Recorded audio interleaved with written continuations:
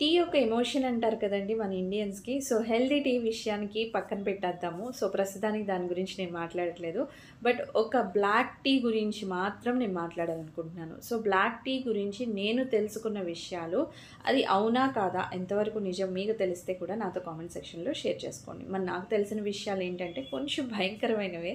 So, black tea గనక రెగ్యులర్‌గా అది కూడా ఎంప్టీ స్టమక్ మీద తీసుకుంటే మాత్రం కంపల్సరీ మనకి అల్సర్స్, గ్యాస్ ట్రబుల్స్ గ్యారంటీ అంటండి. అండ్ అలాగే లాంగ్ రన్‌లో బ్లాక్ టీ తీసుకుంటే లాంగ్ రన్‌లో లైఫ్ లాంగ్ ఇంకా జాయింట్ పెయిన్స్ గ్యారంటీ అంట. అండ్ ద థర్డ్ వన్ ఏంటంటే రెగ్యులర్‌గా బ్లాక్ టీ తీసుకోవడం వల్ల మన టీత్ ఏదైతే వైటిష్ ఉంటుందో అది మొత్తం పోయి చక్కగా వేరే మనకి యెల్లో కలర్ కొత్త కలర్ ఇస్తుందంట. సో, ఇన్ని విషయాలు తెలిసిన తర్వాత స్టిల్ బ్లాక్ టీ తాగాలని ఎవరైనా అనుకుంటారా?